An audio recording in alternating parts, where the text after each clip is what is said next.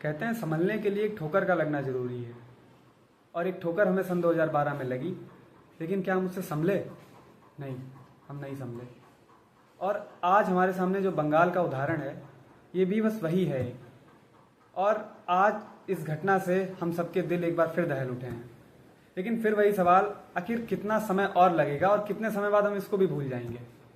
क्योंकि न्यायपालिका को कितना समय लगेगा ये समझने में कि आखिर हुआ क्या है और हमें सजा क्यों देनी है और कब तक देनी है, क्योंकि उनके पास तो समय ही समय रहता है।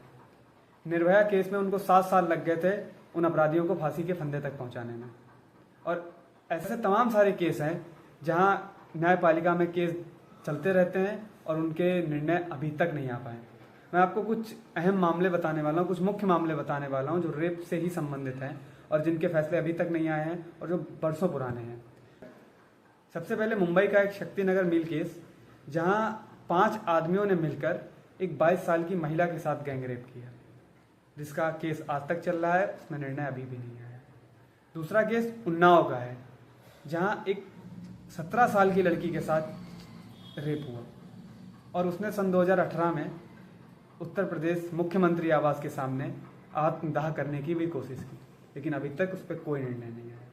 एक हाथरस का केस है 2020 का, जो आप सब बहुत जानते होंगे, सुना होगा, जिसमें एक महिला के साथ, एक लड़की के साथ 4 लोगों ने मिलकर रेप किया और क्या हुआ कि रातों रात उसका अंतिम संस्कार तक कर दिया गया और उसका निर्णय आज तक नहीं आ पाया, वो भी कहीं दफन हो गया उस लड़की की तरह ही। ये तो रहे चंद उदाहरण। अब न्यायपालिका के सामने एक बहुत फेमस केस है जो आप सबने सुना होगा, श्रद्धा आफ्ताब का केस। उस आफ्ताब ने, उस लड़के ने सीधी तरह से ये एक्सेप्ट किया, ये एडमिट किया कि मैंने उसको टुकड़ों में काटा, फ्रिज में रखा, वगैरह वगैरह, आप सब जानते हैं। लेकिन उसके बाद आज तक वो आफ्ताब फांसी के फंदे तक नहीं पहुंच पाया है। ये क्यों नहीं पहुंच पाया है? अगर हमारी न्यायपालिका सख्त कदम नहीं उठाएगी, हमारी न्यायपालिका कुछ उदाहरण समाज में नहीं देगी, तो ये केस कैसे रुकेंगे? हम मानते हैं हमारी गलती है, हम समाज के तौर पर फेल हो चुके हैं, हम नहीं अपनी समाज को एक आदर्श समाज बना पा रहे हैं।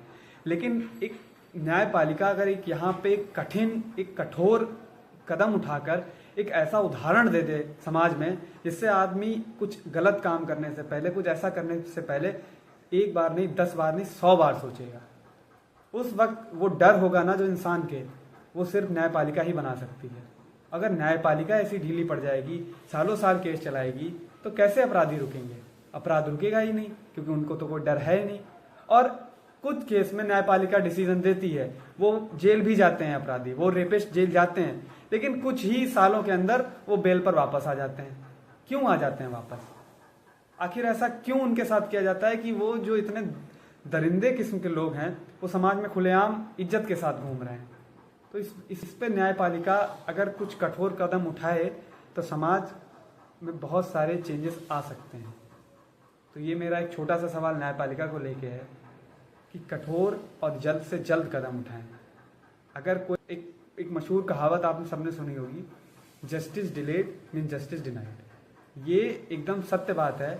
अगर हम जितना लेट करेंगे, उतना ही उस लड़की के साथ, उस महिला के साथ, या XYZ कोई भी हो सकता है, वो उसके साथ नाइंसाफ़ी ही होगी।